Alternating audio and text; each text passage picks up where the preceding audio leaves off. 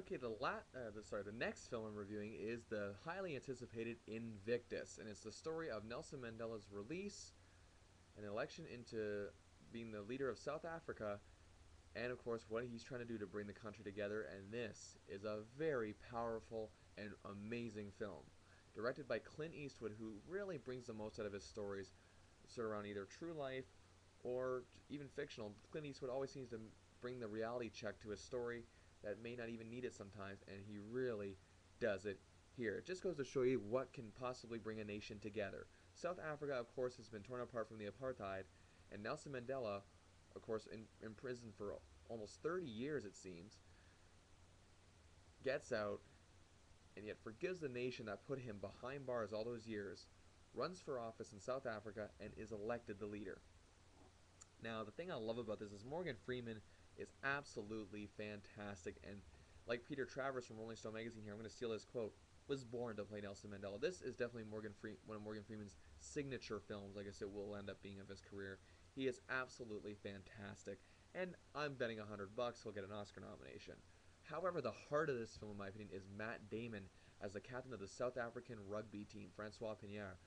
He is unbelievably balanced here, because you consider the dynamic of this character, his background, how he was brought up, and now that he's a leader of a team, the country's national rugby team, as a country hosting the World Cup, just they're underdogs. They're not expected to go anywhere.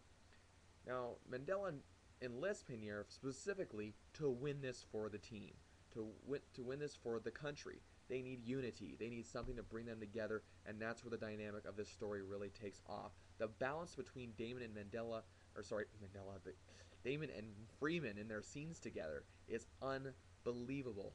Now you understand that their hearts are both in the right place, but what is their true ambition in all this? We figure that out as the movie progresses along, and it progresses along so well that you are just truly, truly enamored and captivated with these characters, with the roles, with the actors playing them, and these two lead the movie fantastically. Morgan Freeman is just so eased in this role. It's for a role that's so three-dimensional, for a character, for a man, Nelson Mandela, who's so three-dimensional, who's so, has so many personality traits about him, and what has made him such a unique individual.